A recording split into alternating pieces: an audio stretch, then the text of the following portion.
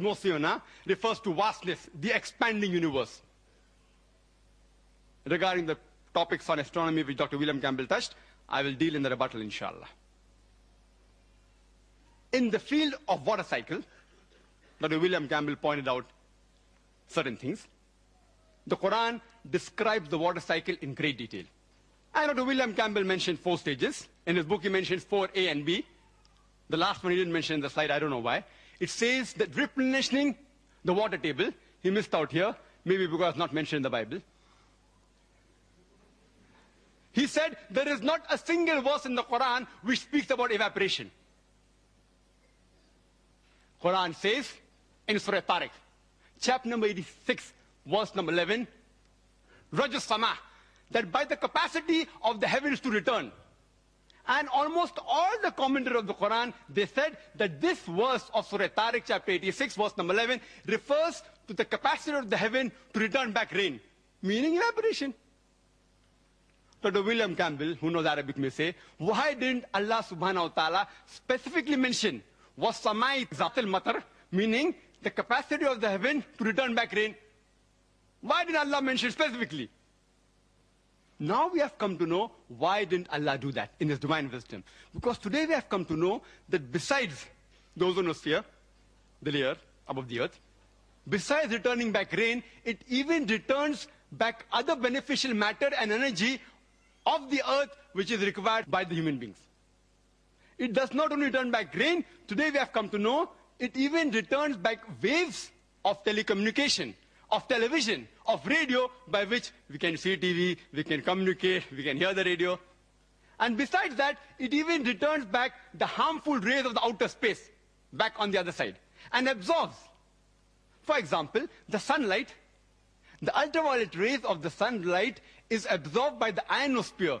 If this was not done, life on the earth would have ceased to exist. So Allah subhanahu wa ta'ala is far superior and far more accurate when it says, Raja Sama, by the capacity of the heaven to return.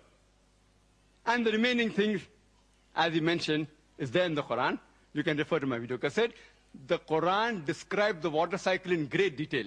Regarding what he said about the Bible, he showed stage 1 and stage 3 in the first slide. And the second, stage 1, 3, and then 2. That the rainwater is taken up, he says, and then the rainwater comes down on the earth. This is the philosophy of Phase of Miletus in 7th century BC. He thought that the spray of the ocean was picked up by the wind and fell into the interior as rain. There's no cloud mentioned there.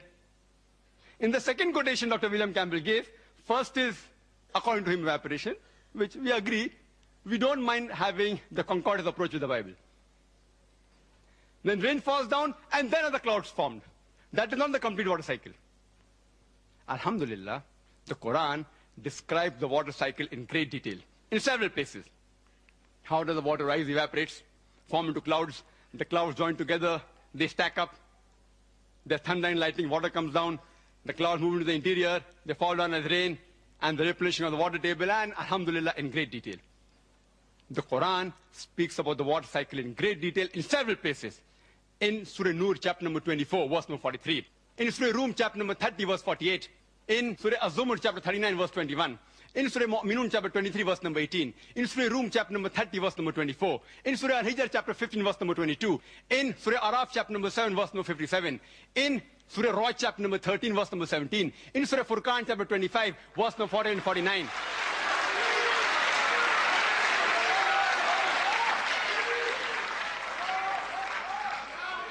In Surah Fatir, chapter number 35, verse number 9. In Surah Yasin, chapter 36, verse number 34. In Surah Jasha, chapter 45, verse number 5. In Surah Qaf, chapter number 50, verse number 9. In Surah Waqia, chapter number 56, verse number 16 and 17. In several places, Surah Mulk, chapter 67, verse number 30, the glorious Quran speaks about the water cycle in great detail. Dr. William Campbell spent maximum time on embryology, about half his talk, quite a lot on geology, and touched on other 6 topics. I've noted down. In the field of geology, we have come to know today, the geologists they tell us that the radius of the earth is approximately 3,750 miles. And the deeper layers, they are hot and fluid and cannot sustain life. And the superficial part of the Earth's crust which we live on, it is very thin, hardly 1 to 30 miles. Some portions are thicker, but majority 1 to 30 miles. And there are high possibility that this superficial layer, the Earth's crust, it will shake. It is due to the folding phenomena which gives rise to mountain ranges, which gives stability to this earth. And Quran says in Surah Nabah, chapter number 78, verse number 6 and 7, we have made the earth as an expanse, wal jabala autada, and the mountains as stakes. The Quran doesn't say mountains were thrown up as stakes. Mountains as stakes. Arabic word autad means stakes, meaning tent peg. And today we have come to know, in the study of modern geology, that mountain has got deep roots. This was known in the second half of the century. And the superficial part that we see of the mountain is a very small percentage. The deeper part is within. Exactly like a stake, how it is driven in the ground. You can only see a small part on top, the majority is down in the ground. Or like a tip of the iceberg, you can see the tip on the top, and about 90% is beneath water. The Quran says, in Surah Ghashiyah, chapter 88, verse number 19, and Surah Naziyat, chapter number 79, verse number 32, Wal jibala arsaha, and we have made the mountain standing firm on the earth. Made the mountain standing firm on the earth.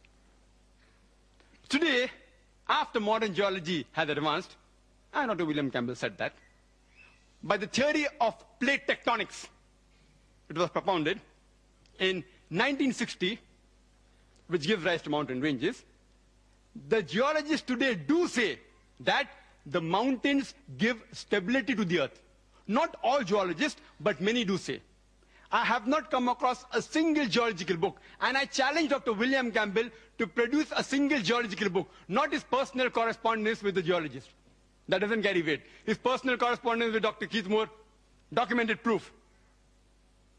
And if you read the book, The Earth, which is referred by almost all the universities in the field of geology, one of its authors by the name of Dr. Frank Press, who was the advisor to the former president of USA, Jimmy Carter, and was the president of the Academy of Sciences of USA, he writes in his book that the mountains are wedge-shaped, it has deep roots within, and he says that the function of the mountain is to stabilize the earth.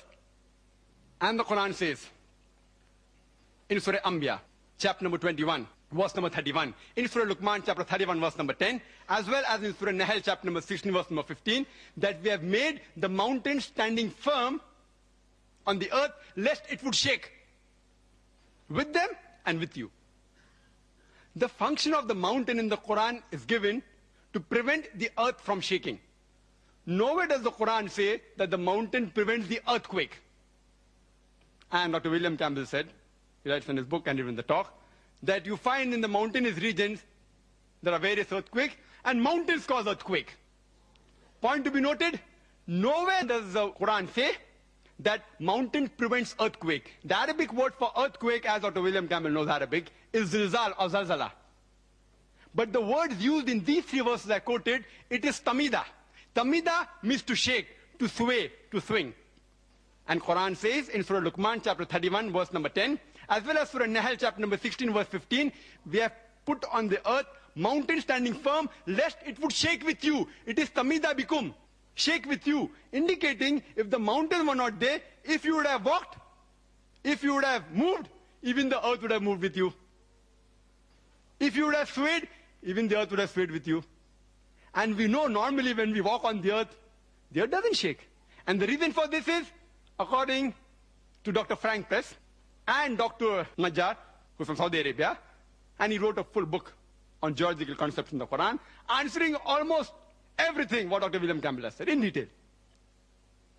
And Dr. William Campbell, in his book, he writes that if mountains prevent the shaking of the earth, then how come you find earthquake in the mountainous regions? I said, nowhere does the Quran say mountain prevents earthquake. Earthquake is zilzal. And if you see the definition in the Oxford Dictionary, it says, earthquake is due to conversion of the superficial crust of the earth due to release of compressed seismic waves, due to crack in the rock, or due to volcanic reaction.